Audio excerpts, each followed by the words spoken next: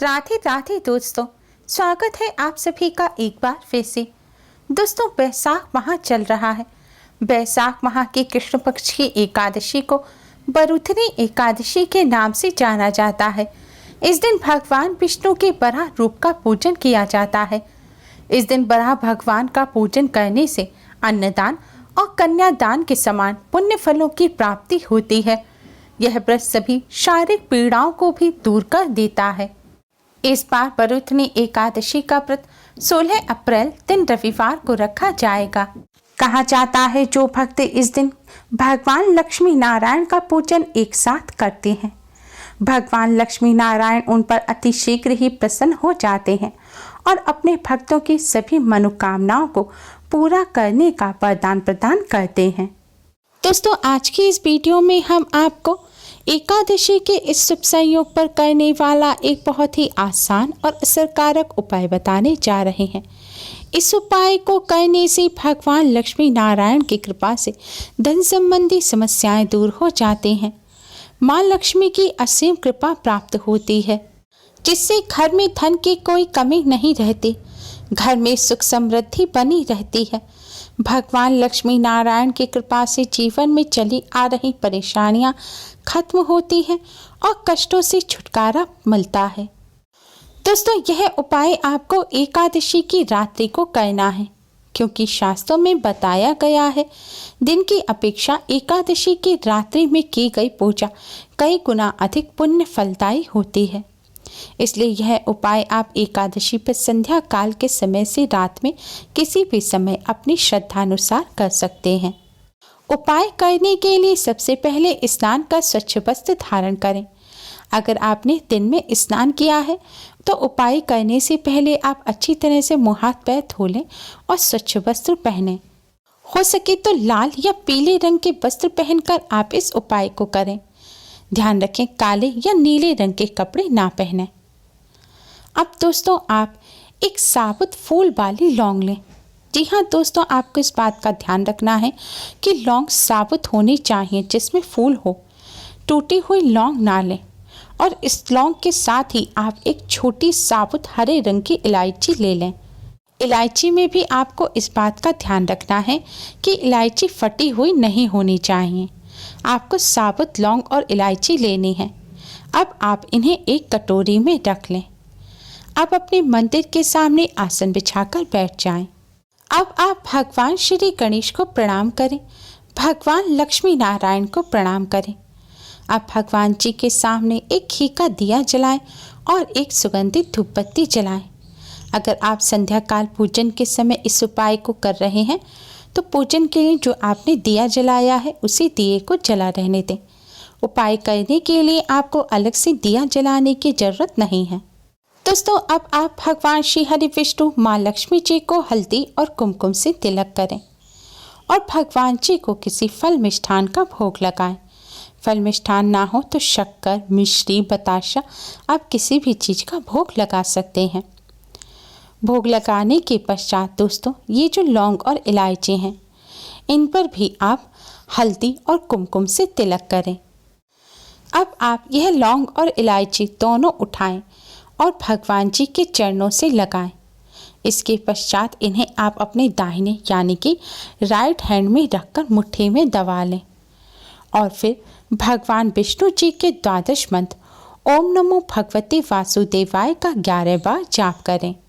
मंत्र है ओम नमो भगवते वासुदेवाय। मंत्र का जाप करने के पश्चात दोस्तों, अब आप माँ लक्ष्मी के इस मंत्र का जाप करें। मंत्र है ओम महालक्ष्मी नमः। मंत्र है ओम महालक्ष्मी नमः। दोस्तों, आप चाहें तो उंगली पर गिरकर भी जाप कर सकते हैं, लेकिन अगर आपके घर कमल गट्टे की माला हो तो आप इस मंत्र का जाप कमल गट्टे की माला पर करें।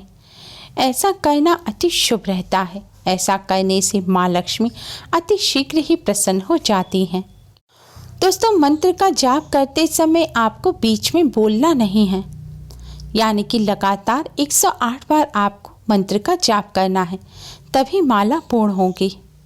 और यह भी ध्यान रखें, मंत्र का जाप करते समय आपको यह लौंग और इलायची अपनी दाहिने हाथ यानी कि राइट हैंड की मुट्ठी में दबाकर ही रखनी है।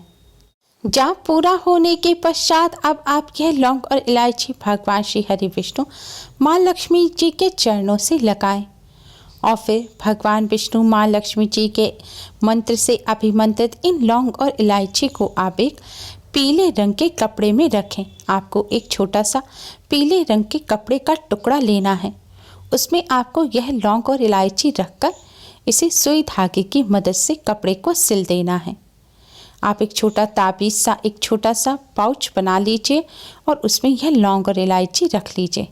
अगर ना सिल सके तो आप कपड़े में गांठ बांधकर छोटी सी पोटली भी बना सकते हैं। लौंग और इलायची सिलते समय भी आप पीले रंग के धागे का ही इस्तेमाल करें। दोस्तों, इस तरह भगवान विष्णु और माँ लक्ष्मी जी के मंत्र से अभिमंत्रित इस लौंग और इलायची को आप भगवान लक्ष्मी नारायण के प्रसाद स्वरूप अपने धन रखने के स्थान पर रखें। धन रखने के स्थान पर आप अपने घर में किसी बॉक्स में रुपए रखते हैं उसमें, या अपनी तिजोरी में, या अपने गहनों के साथ इसे रख सकते हैं। आप चाहें तो इसे अपने वॉलेट में, अपने पर्स में भी रख सकते हैं। आपको बस इतना ध्यान रखना है कि आपका वॉलेट चमड़े का नहीं होना चाहिए। रेक्सीन आर्टिफिशियल जो लेदर होता है उसका वॉलेट है तो उसमें आप रख लीजिए, लेकिन चमड़े के पर्स में आप लौंग इलायची ना रखें। दोस्तों, लौंग और इलायची का हमारे धर्मशास्त्रों में विशेष महत्व बताया गया है। लौंग को बहुत ही पवित्र माना जाता है। साथ ही इलायची माँ लक्ष्मी और भगवान श्री गणेश को अत्यधिक प्रिय है। इस तरह लौंग और इलायची को अभिमंत्रित कर धन रखने के स्थान पर रखने से भगवान लक्ष्मी नारायण की कृपा से धन संबंधी समस्याएं जल्द ही दूर हो जाती हैं। घर में फिजूल खर्ची होना बंद हो जाती है, जिससे घर में पैसा टिकने लगता है और धन की समस्या नहीं होती।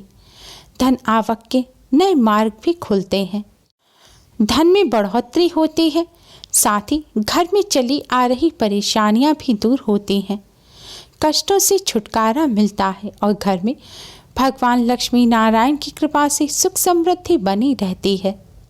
दोस्तों, इस लौंग इलायची की पोटली को आपको अपने धन रखने के स्थान पे ही रखा रहने देना है और अब जब एकादशी आए तब उस दिन आप इसे निकालें और फिर से पूजन में रख इसे अभिमंत्रित करें और फिर से अपने धन रखने के स्थान पर रख लें। दोस्तों, हर माह भी 2 एकादशी आती हैं।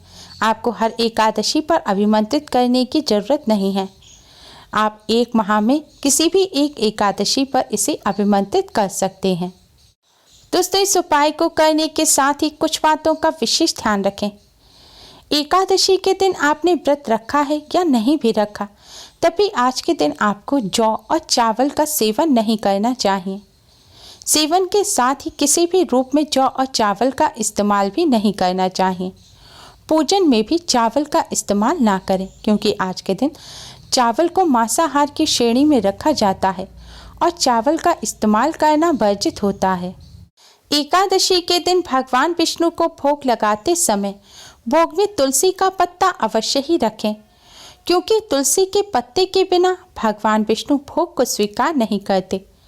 लेकिन इस बात का ध्यान रखें कि एकादशी के दिन तुलसी के पत्ते नहीं तोड़ने चाहिए। तुलसी या किसी भी पेड़ पौधे के पत्ते या फूल नहीं तोड़ने चाहिए। तो आप पूजन के लिए एक दिन पहले ही तुलसी का पत्ता तोड़कर रख लें। अगर ऐसा नहीं कर पाए हैं तो अपने आप से टूटा हुआ जो तुलसी का पत्ता पड़ा हो, आप उसको भी लेकर धोकर भगवान विष्णु जी को अर्पित कर सकते हैं, या फिर पहले भोग में जो आपने भगवान विष्णु जी को पत्ता चढ़ाया हो आप उसे वापस भोग में रख सकते हैं, क्योंकि तुलसी का पत्ता कभी भी बासी नहीं माना जाता। एकादशी के दिन इन बातों का विशेष ध्यान रखें। उम्मीद है आपको हमारी ये वीडियो पसंद आई होगी। प्लीज़ लाइक करें। हमारी इस वीडियो को अपने फ्रेंड्स और रिश्तेदारों में ज़्यादा से ज़्यादा शेयर करें, जिससे वह भी इसका लाभ उठा सकें। हमारी और भी वीडियोस के लिए हमारे चैनल को सब्सक्राइब करना ना भूलें। Thanks for watching. Radhe Radhe.